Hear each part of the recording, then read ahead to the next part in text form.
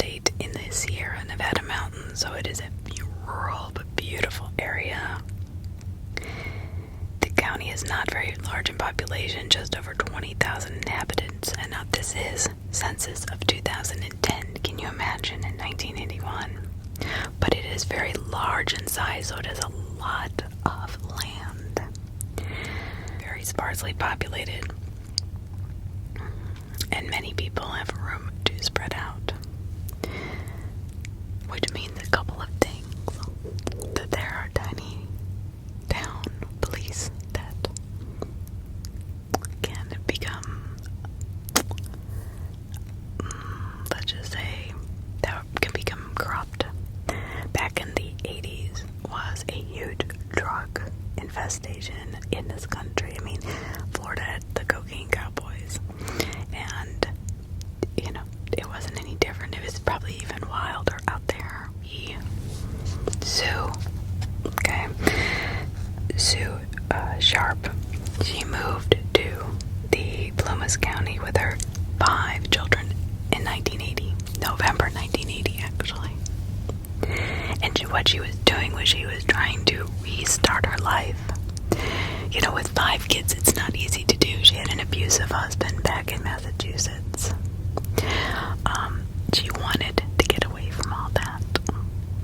So she moved to this very rural town that on the surface seemed very quaint, kind, loving. People seemed genuine. Well, let me tell you something about little towns and being genuine. Alright, you gotta be careful. And that's exactly what happened to Sue. It wasn't exactly like that, if you know what I mean. Moving to Plumas County in Keddie, California was one of the worst mistakes that Sue, I'm going to call her Sue because that's what she went by. Her first name was really Glenna, but it was Glenna Sue Sharp. But this is where everything really went wrong. She thought she was gonna get away from all the abusive people in her life, but instead she got herself killed, and her one child and his friend. So these were the 3 victims, and one of the children of her 5, was missing. So they didn't know where she went. On the morning of April 12th, 1981, the bodies of 36-year-old Glenna Sue Sharp, Sue, her 15-year-old son, John Sharp, and his friend, 17-year-old Dana Wingate, were found beaten and stabbed to death in the living room of the Keddie cabin in Keddie, California, cabin 28. Now, it's not just a stabbing like the book says. It's not just a beating like the book says. Later to find out that this description was so far from the truth. It was almost, I was shocked when I read exactly how they died. The killers actually kept Sue alive to watch everybody else be murdered. And they even brought in the younger kids to inflict stab wounds onto these dead, deceased victims, post-mortem. It was a very angry, very sick, very pre-planned operation. It says the victims had been killed randomly as it appeared. Different media outlets quickly disseminated the details of the horrific attack. A new appalling detail was revealed that Sue Sharp's daughter, her 12-year-old daughter, Dina, was missing. she would not be found for three years. The Plumas County Sheriff's Department was quickly overwhelmed with a rapidly evolving situation. They had a triple murder and a missing person on their hands. So, from the very beginning, okay, let's just go there. This murder scene was completely botched. Civilians were allowed to walk through the crime scene. The police they had known about forensics, but really were not trained on how to package it. So, later on down the line, they could use it correctly. They had blood, they had fingerprints, they had hair samples, things like that. But this just seems to spin itself into a tale that is not there's no way a prosecution could come in and convict anybody. And if you want to go on and read about, it's so in detail that it'd take me 5 hours to go through all this stuff. But as we go on, I will mention it a couple times, which is why I wanted to bring it up. The sheriff had been known to be a crooked cop that was paid off for drugs, which when I first heard this case and read it, I was kind of thinking that, but I was like, well, I didn't have any proof of that. But here, this guy actually has proof, which really made sense because the FBI tried to come in, the state tried to come in, and usually in a murder case, the state or the county, the sheriff, will take, the lead in the investigation. However, they had a kidnapping on their hands, which brought in the FBI. But very briefly, the people that were interviewed were barely asked any questions. Like I was saying, the guy who owned the bar told the guy who wrote Keddie California.com, that whole website, and has been investigating the murders for years, said that you have asked me more questions in 5 minutes than the police ever did, and the FBI. Which made me kind of suspicious, because I feel like everybody made such a big mess of this originally that they had to keep the lies going. It was lie after lie after lie, proven by this guy, by the way. Actually, all of this stuff had been in the files, but were covered by paperwork. Now, this was also interesting. The sheriff's office that covered this case did not like to do paperwork. He was saying that in every other case they ever did, it was minimum documentation at best. With this, they had files and pages and pages on one little thing. It would go off and not signed, by the way. So that's a big red flag when you have a department that never does any paperwork, to its fullest, and then you've got a murder, and all of a sudden you've got 16 files full of hundreds of pages on one thing. That would be a huge red flag. But until they got old enough and retired, and time had gone on where people weren't, the two main suspects actually passed away. One fairly quickly in 1988, and the other as well is also dead. So I'm gonna continue on with Mr. Rosewood. Unfortunately, the victims of Keddie cabin murders were in many ways the perfect victims. They were poor, and now listen to this, they had no powerful connections, and were not from the area.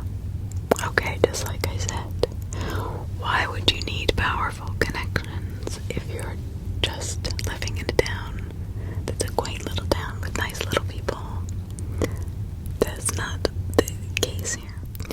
Once the gold rush is over and all of the minerals were mined out of the soil, there was nothing there as far as industry, until California brought in the tech world. But even now, those little towns out west are still little towns. I mean, unless they have their influx of tourism, there's no other industry. You don't have to know anybody in powerful places unless the sheriff's office was corrupt. Do you know what I'm saying? And why would they? Area. But that really bothered me. Had no powerful connections. Why would you need to have any powerful connections to stay alive in this little town? It's because the underbelly was so bad. The facade was this cute little cabin, picturesque, idyllic town, and it really wasn't. It was more of the Wild West crime, bank robber. You have 5 children. You want to get away from an abusive husband, so you find this town, and obviously with 5 kids, there's not a lot of work in this town. She would need government help, so she got $291 a month. That paid for the rent, some food, the electric, the utilities, and that was about it. Other than that, she really did not have any money to do anything. She wasn't a very big drinker, but she was looking for a new start.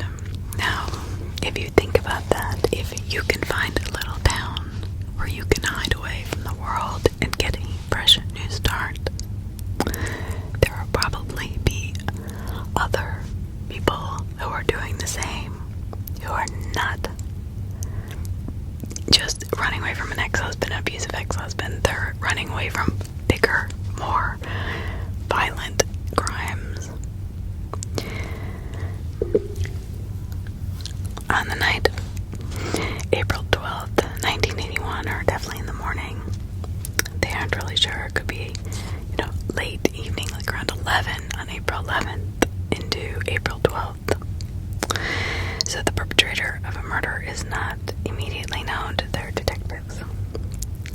Their investigations usually begin with the victims. But here's the thing. Sue Sharp, she did not have a lot of friends. She had a couple suitors that, maybe she pissed off or not, but she didn't do anything that was so horrible that they would want to kill her. She had no criminal background. She was not into drugs. I mean, basically, the police, and this is not disputed, could not find anything about her. Her ex-husband wasn't after her. They couldn't find anything about the victim that really made her look bad. And she wasn't a bad person at all. Later on, there was accounts of how she would leave her children, and I don't know, just be drinking beer at the bar or whatever. Her kid, her one daughter, I guess, hated her. Not the one that was taken. So, but all this didn't really come out till a long time after the case, was long over with. So what happened on that night? Well, we don't really know. But we do know that there was basically a kill zone is what it's called,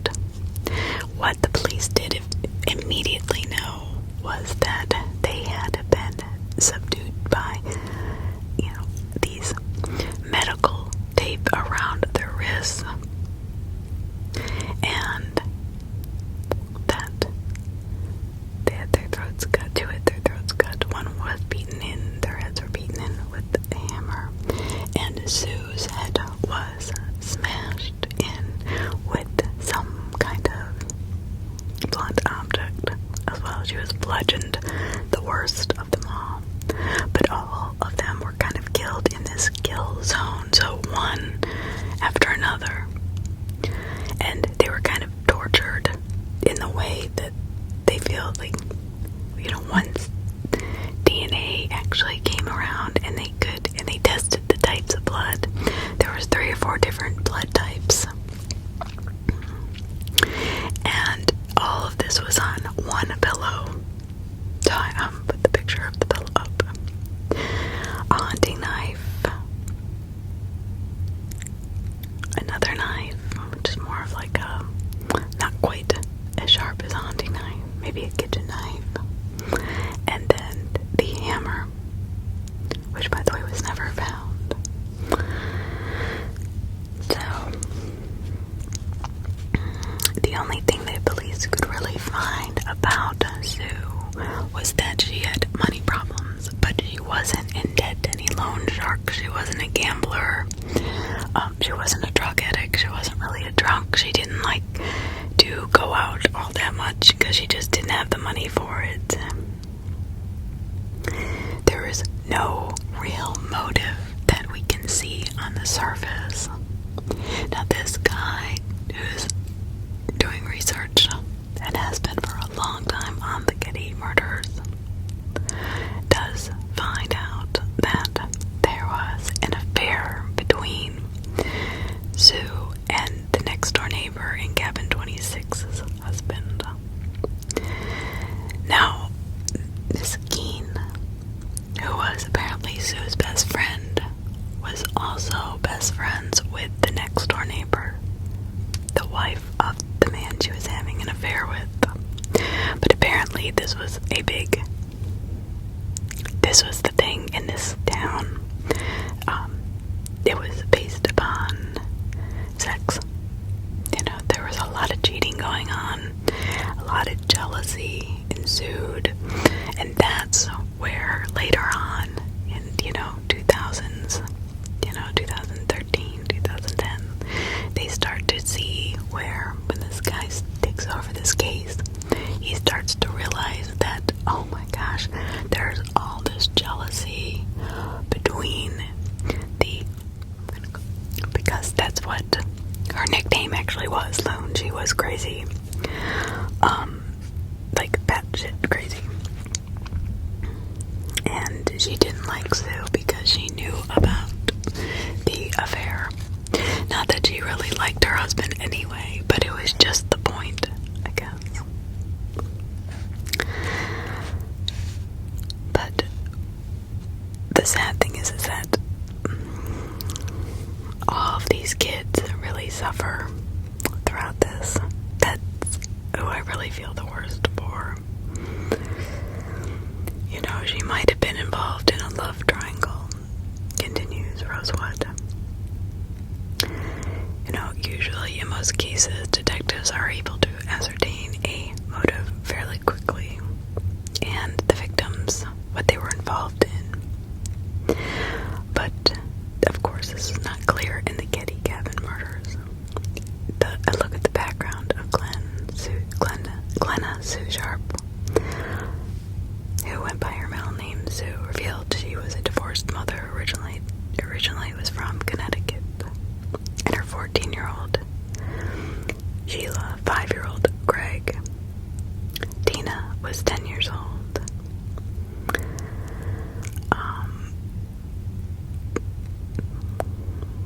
And then John, Tina, Rick, Greg, and Sheila. The 14-year-old Sheila had not been there that night, but Tina had, and now Tina was missing. Who found the bodies? It was Sheila, who usually spent the night at her home, and her sister, Tina, usually spent the night over at a different neighbor's house. Actually,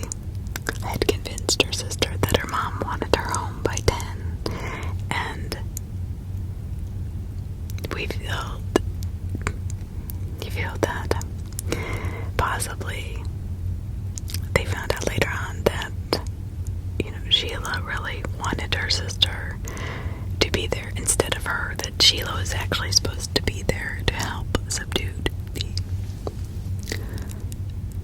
victims. There wasn't really a struggle that ensued, which says a few things.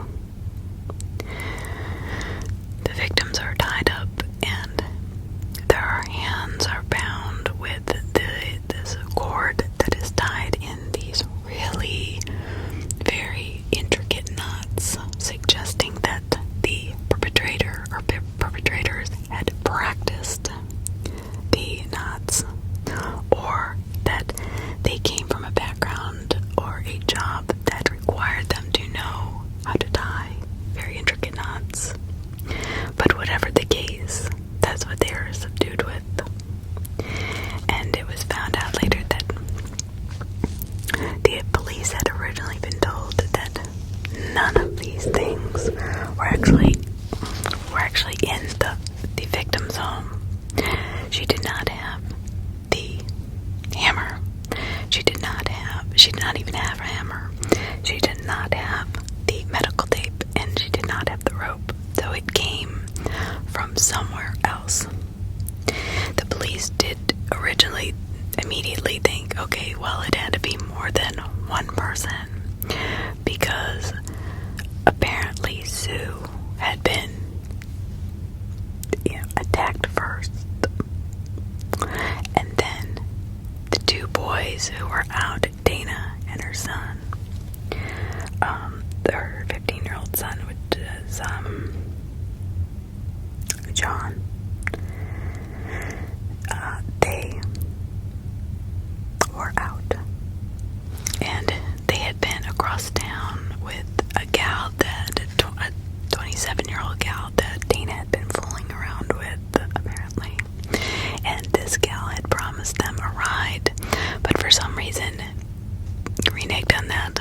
She said, no, but they kept crawling, I guess, underneath this fence, going back and forth, trying to get a ride, trying to hitchhike back to John's house. And I guess Dana, kept saying, come on, just give us a ride. So finally she found the boys a ride. And the person that brought him back, when he dropped the boys off, got freaked out because there was normally a light on that never turned off, that was connected to the Keddie Cabin 28 main light in front, and that was off as well. So an eerie feeling came over this person who dropped Dana and John off and said, "I'm out of here," and drove away. So the two boys must have heard Sue crying or screaming or some kind of commotion, and they ran into the house only to be met by the perpetrators.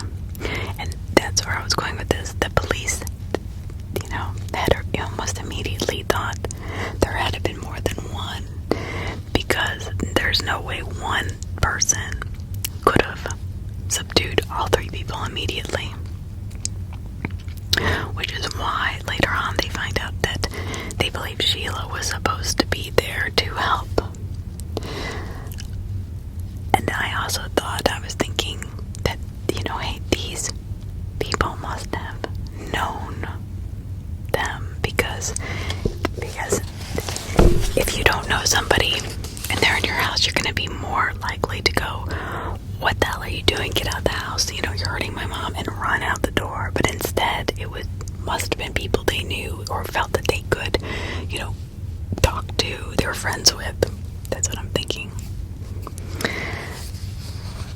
The police, like I said in the beginning, completely botched this case, let, evidence disappear. Just, I don't know what happened to that, but loads and loads of paperwork on top of paperwork, confusing. I mean, just hundreds and hundreds, almost thousands of pieces of paperwork were written up about this case, where that was not the case with this sheriff's department. So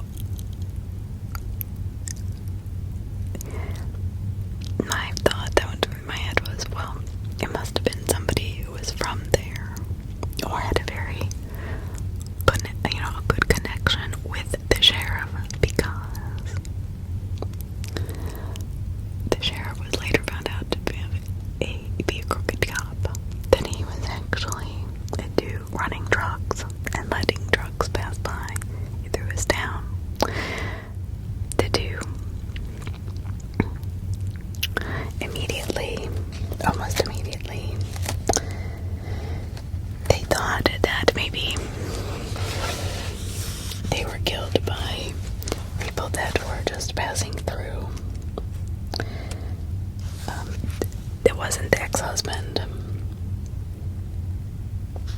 She was described as a loner, and people didn't really speak highly of her. I don't think they knew her. She had not even been there 1 year. Matter of fact, she hadn't even been there 6 months. So what is exactly known about the crime? Okay, so despite finding dead ends with the victim's background and basically every person that, they talked to, there was a mountain of physical evidence in the Sharps' cabin. And they were also lucky to have a possible eyewitness to the crime and numerous witnesses to the events that immediately led up to the horrific murders. Or so they thought, because to this day, this murder has not been fully solved. And solved, I mean by, definitely, putting the blame or being able to put the blame onto somebody. And it probably never will. So it's going to be a case where theories and, speculation will be forever the answers that we will get. According to the accounts of the surviving members of the Sharp family, as well as those from the Smart family who lived next door in cabin 27. And that's who I was telling you about, the Smarts, that she was having an affair with the man. And they feel that later on he feels that it was the wife that demanded that she be murdered. Well, who found the bodies? Well, it was Sheila, right? Her daughter. And her daughter just happened to be pregnant at the time. And the father was thought to have been Justin, the Sharp's son, or Dana, the one who was killed, or 2 other boys were also possibly the father.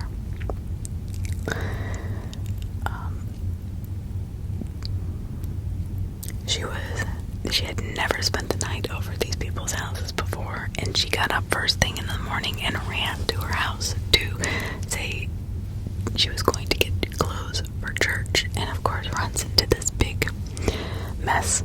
These, 2 people dead. One was her brother, and the other was her mother, and her sister was gone. Now, in the crime scene, there was blood everywhere. There was blood in Dina's room. There was fingerprints all over the wall, but she was gone. It looked like the light bulb had been actually taken out of the socket. And when that light switch, which never went off, it had to have been somebody who knew that would happen, and almost to prepare them for an easier entrance. So they've got all of this physical evidence. They do have the knives. They do have the medical tape. They have the ligatures that held them. And then, of course, they had the bodies. So the fact that the 2 boys were found dead in the living room with the Sue Sharp was mysterious in itself, because, and even became more so, because the boys, if you think about it, if nothing was going on, like say their mother would have been asleep by the time they got home, right? The boys would not have come through the main house to go into John's room, the boys' room, the 15-year-old's room. He actually entered that room from downstairs only. So that really confused the police as to why they were there. So they must have entered from the main entrance upstairs. And obviously tried to help their mother, or his mother. So as the facts of the case came to light, it soon became obvious that Keddie Cabin murders were as enigmatic as they were brutal. Sheila Sharp had returned home from the sleepover next door, she never imagined the horror that she would find, or did she imagine it? That's the question. She absolutely hated her mother. She didn't think her mother was a good mother. She later on stated that, they almost never had any money. And they would literally live in such small places that they would lock their younger siblings out of the house. And her mother was never home. So she actually loathed her mother. They found out later on. They did not know this at the time. I just wanted to, intervene that. And of course, the authorities immediately assumed that there was more than one assailant, because how can one person subdue 3 people? Murder in the real world is often a much more difficult affair than on television, because you do have the crooked cop, you do have the family anger, you have the strange circumstances, you have things that are not told, like the jealousy of the neighbor that pretended to be her friend. It was just, there's things that are under the surface that are not always clear at first, or never become clear for some reason. It takes several minutes to kill somebody, from strangulation and beating and or stabbing a person to death is quite usually loud and also takes time. So the way that Sue was eventually killed was that she was held down by her assailant, who bent over her with his knees and stabbed her 3 times in the chest. But then on the side of her, where it went through, the knife went through her ribcage into her lung, piercing and almost to her spine, was done by somebody else kneeling next to her. And that is just from, it's on an angle going down to up. So the one stab wounds in the corner, decided that this was done at the same time, or within a couple minutes. So it's not like he got off and then, crouched down next to her. So somebody had to have been sitting or kneeling next to Sue. And then finally her throat was slit. The fact that there were 3 victims suggests that either multiple assailants were there. The victims were all bound with medical tape and electrical wires. The ligatures used on Sue were actually quite complex, like we were talking about. And they do believe that the 2 boys were not, they weren't usually there on a Friday night. They were usually at this other town, about 20 miles away. So I don't think that the assailants thought that they were going to be there. And they also don't think that Dina was going to be there either. It was supposed to be Sheila. So I think that surprised them. So instead of having one person to deal with, they had now 3 additional people when they started to beat Sue. Her daughter came out, Dina. This is what they believe. And quickly Dina was taken, or subdued, knocked unconscious. And then the 2 boys that came in were quickly taken down. So the police found that strange. But by this time, literally, the one girl was gone, and they had no reason as to why anybody would kill those 2 young boys. The police were just, there was so much information lost or stolen or not written down or fabricated to make up an alibi. These people that they suspect had done it, if they really did, they said they called the bar, they were at the bar first, but then he changed the music and really pissed off, as you'll hear, one of the guys. So, but nobody ever contacted that bar owner. He said, I would never change the music in the bar. He said, I would kick those assholes out first. He said, why? Nobody's going to tell me what to do in my bar. He said I would never put up with that. So that is not true. I never said that. Never got into a fight with that man. You know, that is what they found out later on. But in the meantime, the sheriffs just took by face value that, oh, well, these 3 next door neighbors couldn't have done it because they were at the bar dancing, and then her husband had gotten really angry, come home, called the bar, and then I guess they made up with the owner and all this BS, which the owner later said, you know, years later, that that was not even, none of that was even true. But the sheriff never asked him, the FBI never asked him if this was something that happened. That would be, I mean, that's, you know, investigating 101, I think. So some believe that Dana was forced to help the attackers find the other 2, and then he was killed last. Or actually, they believe, like, you know, really when he got hold of the paperwork, they think that he was actually killed first, that he bled out first, that he was used maybe to help bind them, but immediately then was subdued. Truly brutal death, which suggests a personal vendetta was aimed at one of them.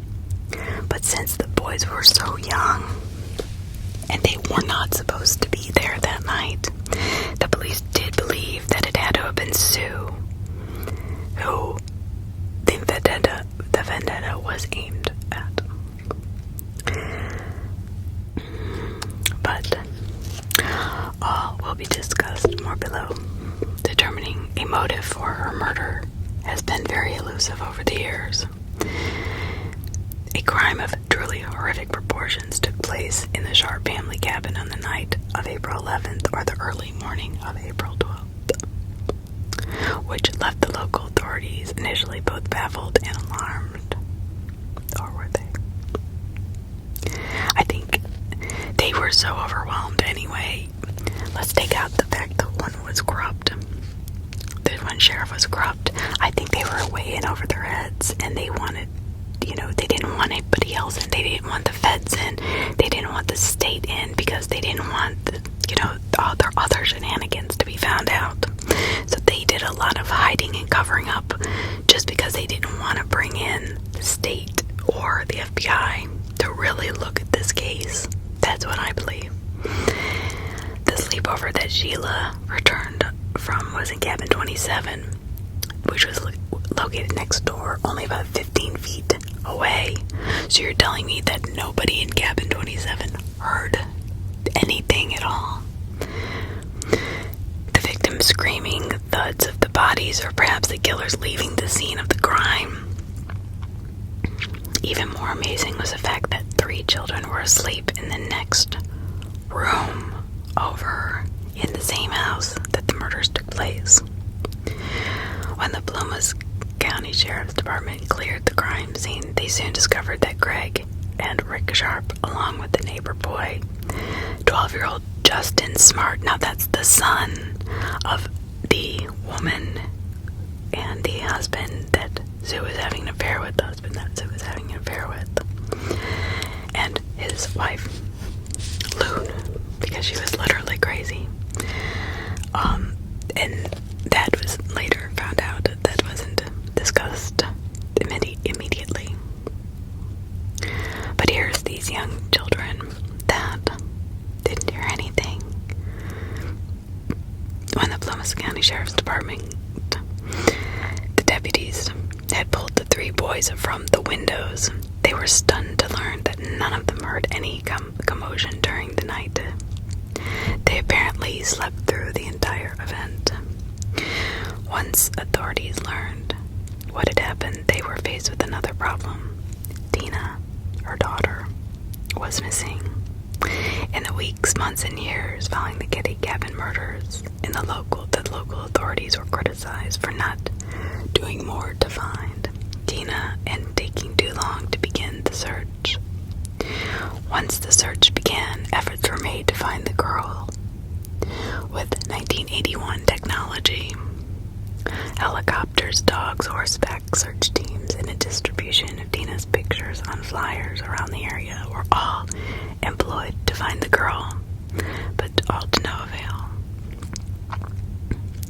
In 1984, in neighboring Butte County, about 30 miles from Keddie, remains of an adolescent girl, female skull, were discovered in a rural area. The remains were later determined to be those of Tina Sharp. But this, her body wasn't even found until 3 years later, and it was just her skull. The number of Keddie Cabin murder victims now went up to 4. From the beginning, the investigation of the Keddie Cabin murders was very flawed, as we talked about. The Plumas County Sheriff's Department did not have, and still does not have, the resources or seasoned investigators that a larger police departments possess.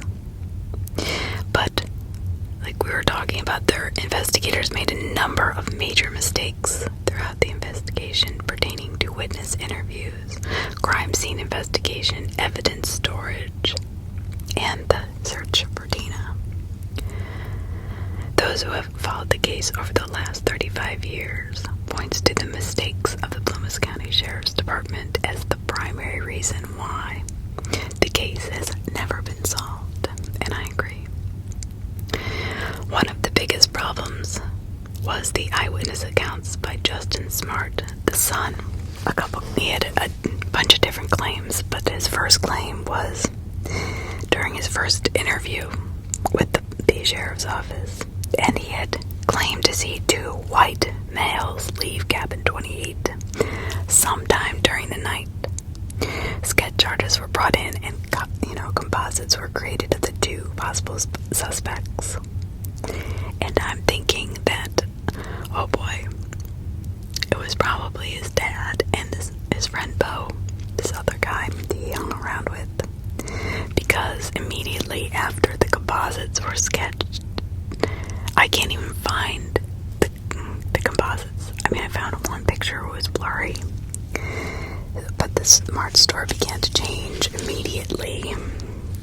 So Smart claimed that he thought that what he had saw that night was actually part of a dream, a nightmare. The boy's confusion was natural, considering the traumatic event he lived through, which could have been remedied with other interrogation methods such as hypnotism. But investigators apparently lost interest in Smart and turned their energies elsewhere. And that's what happened. They just were not... They didn't want to bring in the big guns, because they didn't want their own shenanigans to be revealed. Another mistake that is often pointed to by the critics of the police who have investigated the Keddie Cabin murders in more recent years is the lack of proper crime scene management by Plumas County Sheriff's Department. Investigators and civilians were allowed to walk through the scene, perhaps destroying valuable forensic evidence in the process. They didn't. It was 15 years before CODIS, and DNA profiling really wasn't a thing. It was almost non-existent. What was said, police departments in 1981 only knew that, they didn't really know a proper management of a crime scene to be vital. The correct collection and storage of biological and forensic evidence was essential to solving a case, or would be later on. Now, this is a small town, remember. They didn't have the resources or the knowledge that a large town police force would have. So, unfortunately, all of the forensic evidence connected to the Keddie Cabin murders had either been lost or destroyed. When asked about the situation, I find it very strange. The Plumas County Sheriff's Department refuses to comment to the media on the missing evidence, and in fact becomes hostile. When even asked about the topic by the media, to me, when that happens, is a little bit, I don't know,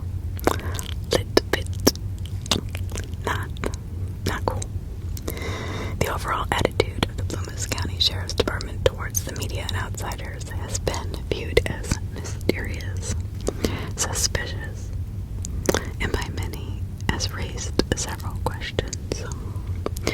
Why would the Plumas County Sheriff's Department be so ill-equipped and understaffed? Why would the Plumas County Sheriff's Department, which was completely understaffed, under-equipped, and just not able to handle such a high-profile case, why would they not welcome the help of California state and federal law enforcement agencies? They basically ran them out of town. Does the Plumas County Sheriff Department have something to hide, or is it just an agency full of stubborn individuals? I don't think so. Concerned citizens have pressed for answers to these questions for decades. A rogues gallery of suspects. Although the Plumas County Sheriff's Department dropped the ball on numerous occasions during the Keddie Cabin murders and investigation, their investigators quickly turned up a number of potential suspects and persons of interest. So basically, whoever they could, possibly think of. As already mentioned above, Plumas County is a picturesque part of California with a relatively low crime rate. And the only thing it had going for them is that they had tourists that would come in. So they didn't want to ruin that. Today, and even in 1981, there was a very low crime rate. Just this crime really is the only crime the only real crime that ever took place there. Most people know their neighbors, and it is still, even after the grisly murders, a place where many people keep their doors unlocked. So it was almost as business as usual for the people of the town to come in to see this happen in their town, and then just go on like business as usual. Why is that? But underneath, the quaint facade of 1981, Plumas County, seedy underbelly teamed with rogues gallery of characters.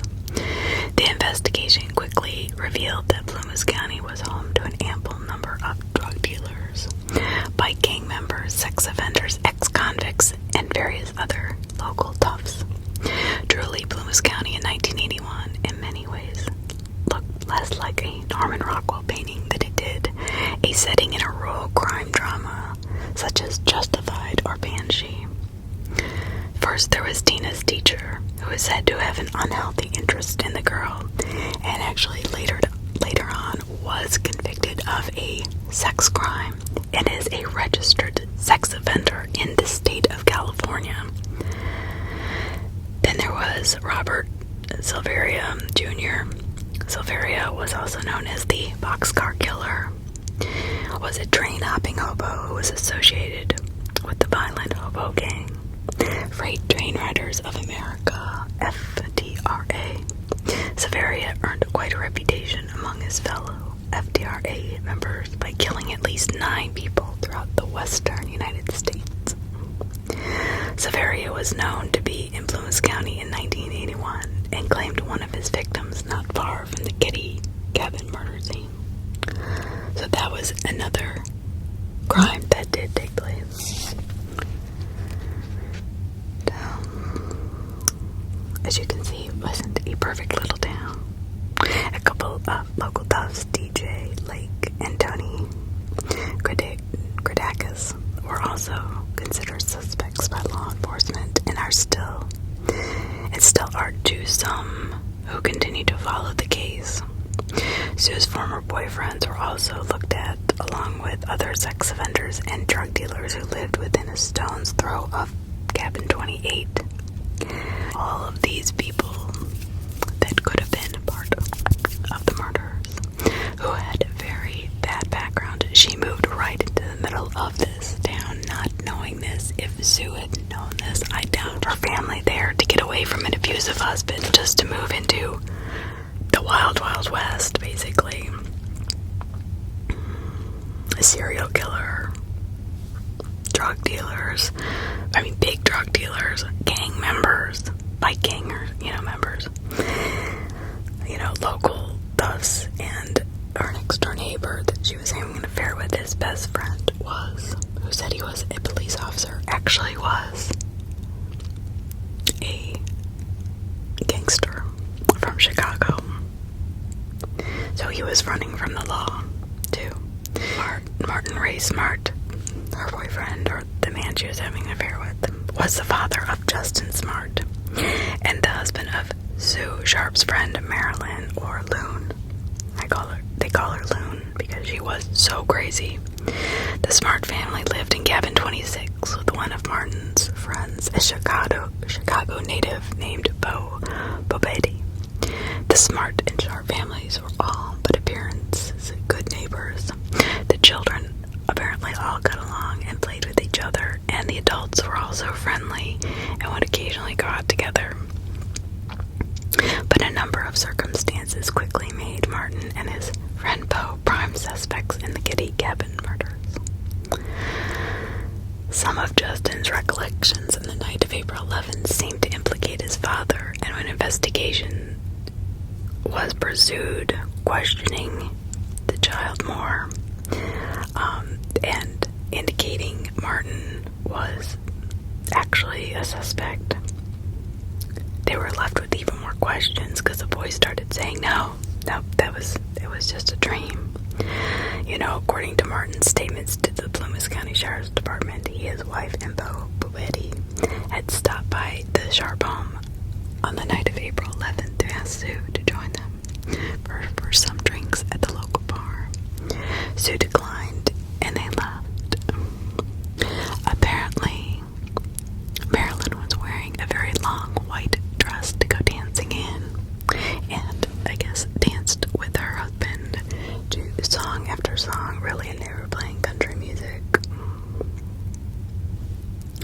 Sue declined to go, and they said that they left her alive. Martin claimed that the three then went to the bar and later returned home.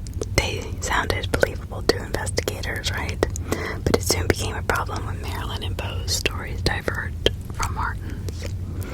Marilyn collaborated most of her, or Loon collaborated most of her husband's story, but added some very interesting details and helped investigators learn more about Martin's personality and his state of mind, apparently. Now, this is all a lie, by the way. Found out later, because the owner of the bar was never even asked if this happened or not. So after having a few drinks, Martin became enraged because of the volume and the type of music being played at the bar, saying they were dancing originally to country and then they turned it to rock, where the owner of the bar later said that's absolutely not true, and anybody who would get pissed at me if I wanted to change the music, which I never did, I would kick him out of my bar anyway. He said, but nobody ever asked him that, so that was all fabricated, and the sheriff's department never looked into it. Why not? They say that after a few drinks, he was so angry that he ran out of the bar, and the three went back to the home, where he then called the bar and shouted some profanities to the bartender about the music. Marilyn then added that Martin was an abusive man. Okay. So he's an abusive man who would turn to violence if he did not get things his way, especially with women. So here she's hinting. And apparently during the interview, Marilyn, or Loon, I like the name Loon, actually, it's funny, apparently shouted out, "We didn't know Justin was going to be there," out of nowhere. And that is actually documented, but never was brought to the attention of anybody in the original investigation. That was kind of like pushed under the rug. But the Justice Department began to take an interest in the case because Tina was still missing. So the FBI, not just the state, but the FBI now becomes involved. The crime of the murder, no matter how hideous, is almost always covered under state law. Sometimes the FBI will get involved in a murder investigation if the suspected killer has traveled across state line or is believed to be part of some type of terrorist cell or kidnapping, which they didn't know. They didn't know where she was. So the Department of Justice investigation of the Keddie California murders can be described as uninspiring and routine at best. So the FBI was in and out of there. They didn't ask anybody any questions. A few, and then they were gone.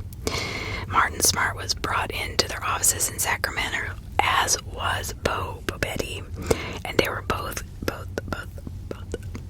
given lie detector tests, and they both passed with flying colors. Now, when this man who has been investigating these murders for a long time actually looked at the lie detector question, the lie detectors were terrible back then. They're not even admissible now in court, but when he actually looked at the questions, they were so vague and so leading that anybody who answered that would pass. But they both passed, so that was a way that it was easy to slip off, Martin Smart died in 1990, taking to the grave the answers to the Keddie California murders, and Bobetti, they think he died in 1988. However, that too has been questioned, if he staged his murders, death or not. In 2000, Smart's former therapist came forward to the media and claimed that Smart, Lone, Mrs. Smart, once he died, his therapist did come forward in 2000, and he did say that Smart admitted his role in the murders to him. According to the therapist, Smart killed Sue Sharp out of anger because she apparently tried to convince his wife to leave him due to his physical and mental abuse. The two boys were collateral damage, and Justin Smart did in fact see his dad leave the cabin that night. Now this is coming out of the horse's mouth, basically. The reason it was never held up in court anyway is because of the patient and doctor-patient privilege. So, even if Smart were alive, which he is not, that would be a problem. The credibility of the therapist would also be questioned. Why come forward at that time and not earlier? My answer to that was I do believe the therapist is telling the truth. I think that he didn't want to get involved in that. I don't think he wanted to be murdered. I'm sure his life was threatened. Bobetti was known to be a killer. He was not known to be a nice person. So, investigators focused on most of their attention on Martin Smart as their primary suspect.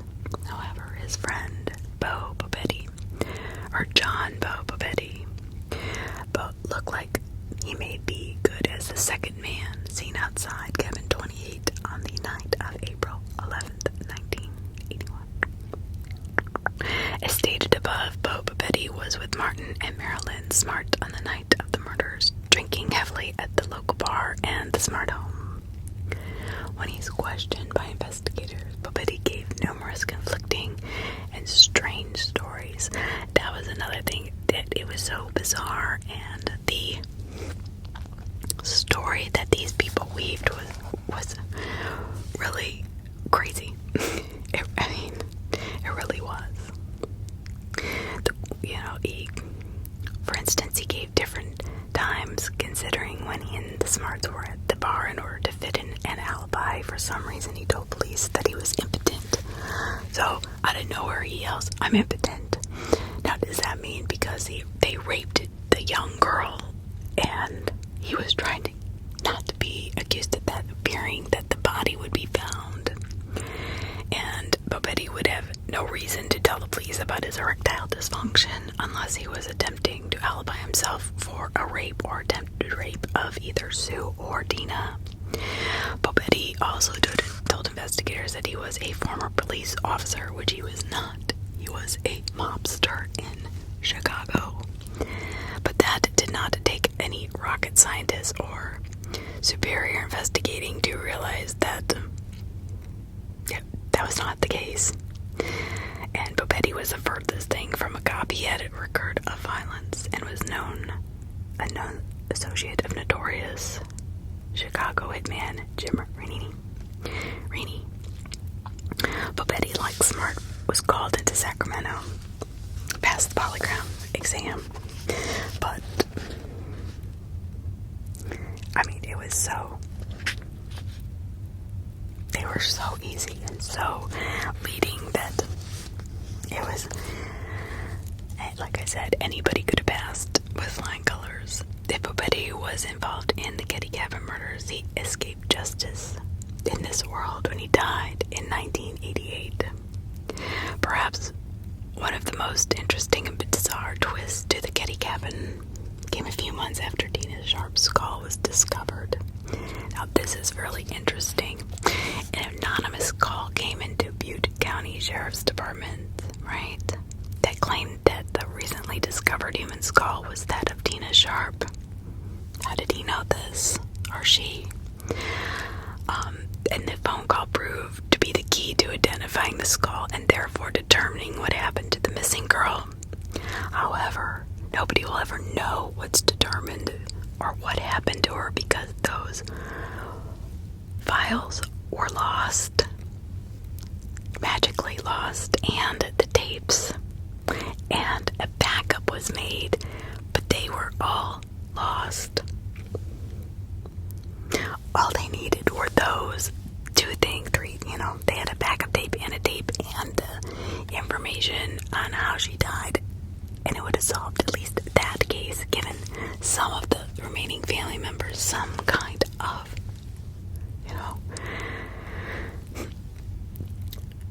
solace, and, she had other friends. I'm sure her ex-husband, even though he was abusive, cared about her and his children.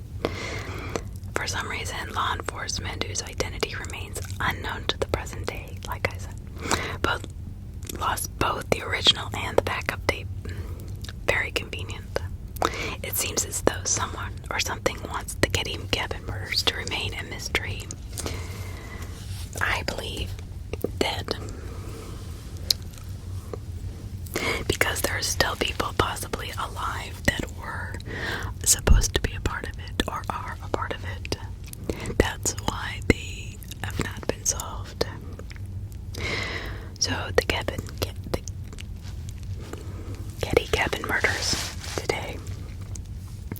So as the years have gone by, residents of Keddie and Plumas County eventually back to normal.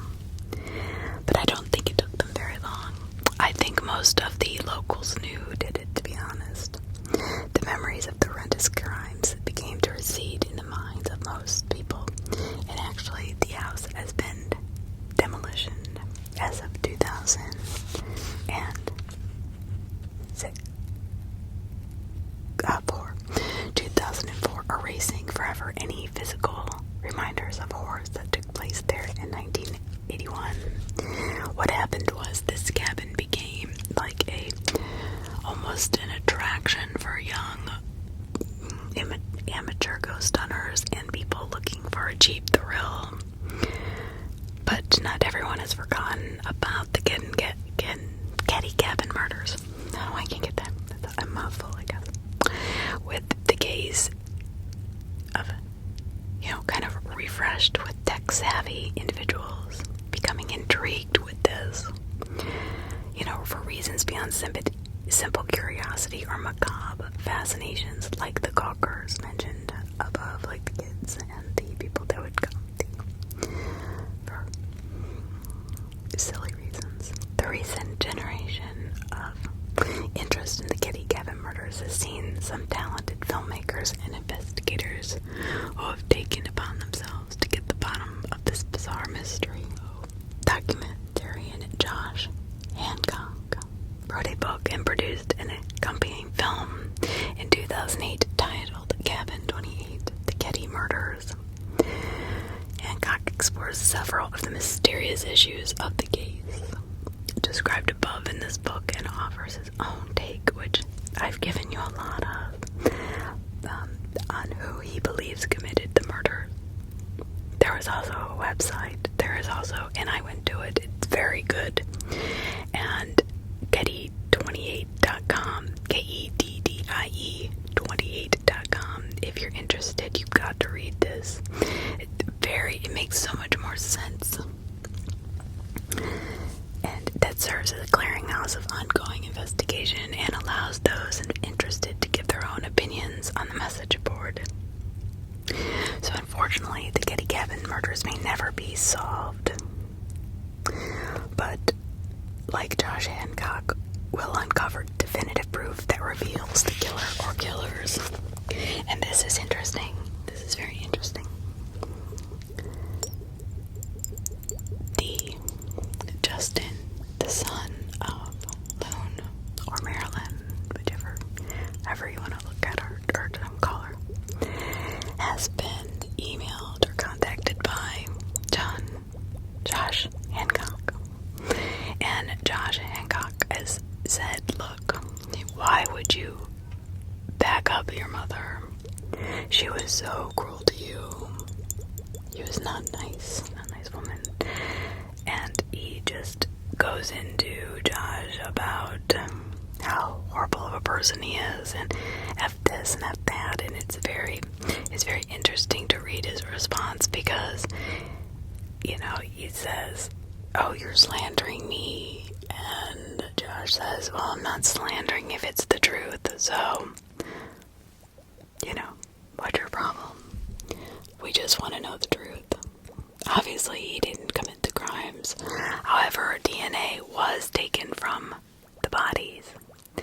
And this sick thing that his mother and father, or both, the young kids do, is actually inflict post-mortem wounds into the body.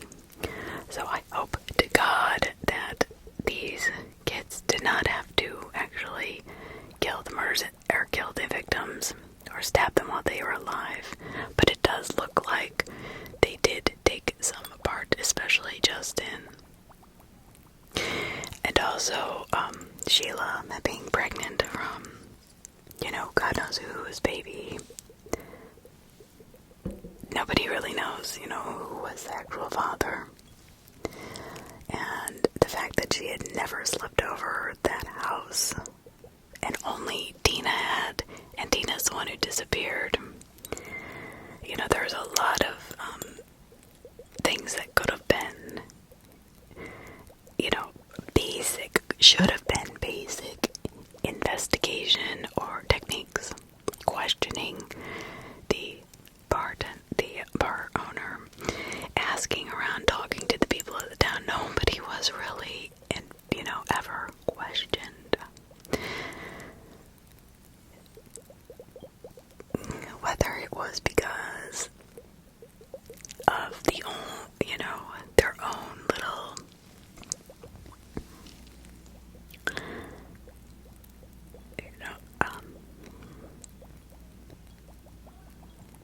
their own little issues going on or whatever, or the illegal things had done, or maybe the fact that they were running away from people. Apparently Loon, the wife Marilyn, had gone through one husband after another, starting off in Las Vegas, and what she would do is she would milk them dry for everything they had, and then move on to the next one. So, you never know. But if you have the chance, please go over and read, or you've got to read his synopsis on the murders, because I think you'll find it very interesting. It is quite long, and is full of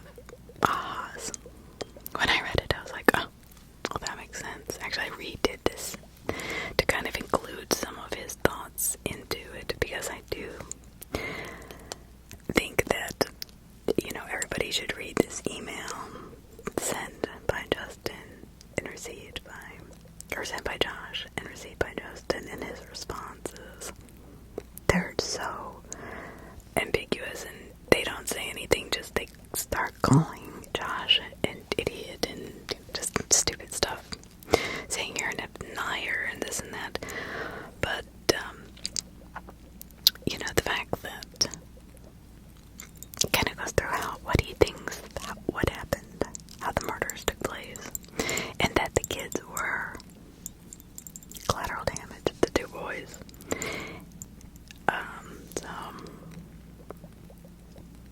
One thing I didn't read, or maybe I don't remember, is that if she is still alive, Loon or Marilyn.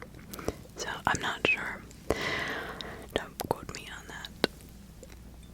But I hope you all have a great night. Thank you so much for watching. Thank you for coming to my channel.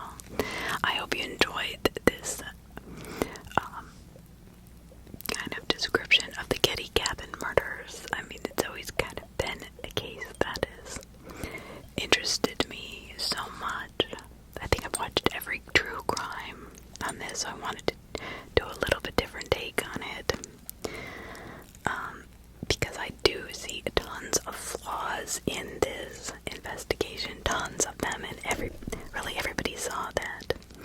But the fact that the FBI, and even to this day, the police force, the sheriff's office, they don't want to really get involved. They gave over the entire case files to this Josh Hancock